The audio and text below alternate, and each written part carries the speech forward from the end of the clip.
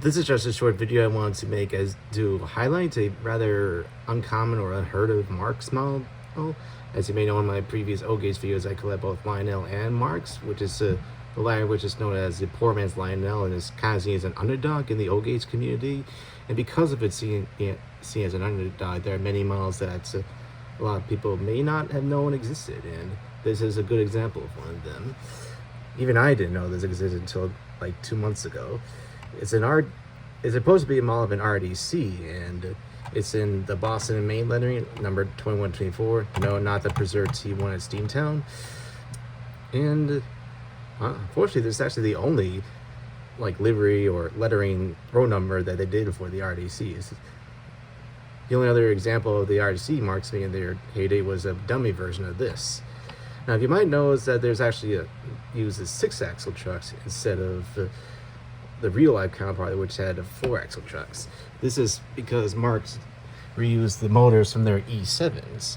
If you notice that just like the E7s, on the roof there's a screw right here to take off the shell, and as you can see here, it has a motor just like the E7s, and also the classic tab and slot coupler, which is unusual given, an RDCs usually didn't pull anything, but I assume this is for that dummy unit that I heard existed, but I have not seen online yet.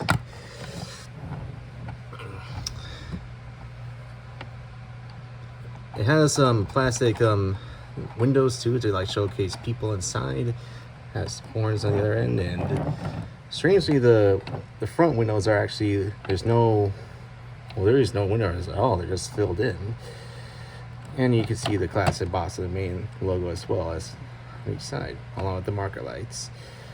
The unit I have here does have usually it comes with step ladders, but some of them are broken off. That's to be expected, unfortunately, since this was a very good deal, so I wasn't expecting it to be in perfect condition. It does go forward and backwards as well, and it's all around really, in my opinion, a pretty unique model. Interestingly, K-Line actually reused this tooling for RDCs of their own. The ones I see online were in Western Pacific. And I have seen those elsewhere, but I very rarely see this model. The nice thing too, if you were to get one of these, is that they have a double reduction motor. If you don't know what the difference is between double reduction motor and the other four-pocket single reduction motor, is that these gears at the bottom aren't flush with the actual wheel flange. A good example over here is this pre-war Commodore Vanderbilt that I also have. You notice the gears go right up against the actual wheel flange. Because of the fact that the RDC has the aforementioned double reduction motor as opposed to this Commodore Vanderbilt, which has a single reduction motor, it can navigate modern turnouts much easier than this one can. I've run this at the club, and usually when it goes on switches, it either derails or it will trip the unit and it will go in reverse.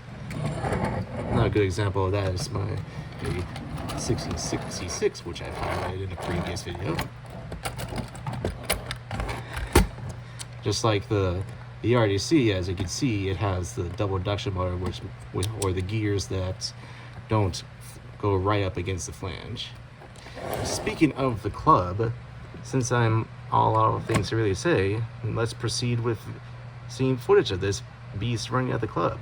Believe it or not, I've actually talked to members there, and they had no idea this existed either. How about that?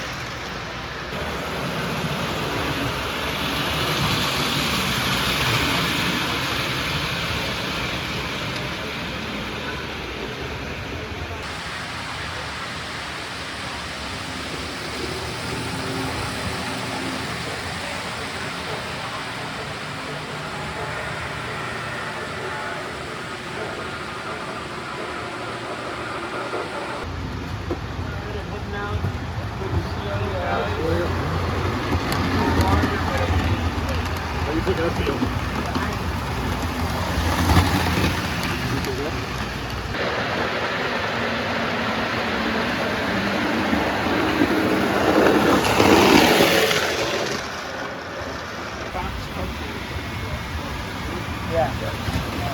Let's see, I didn't put on the track, there's a couple of papers drawn on. Let me show you something.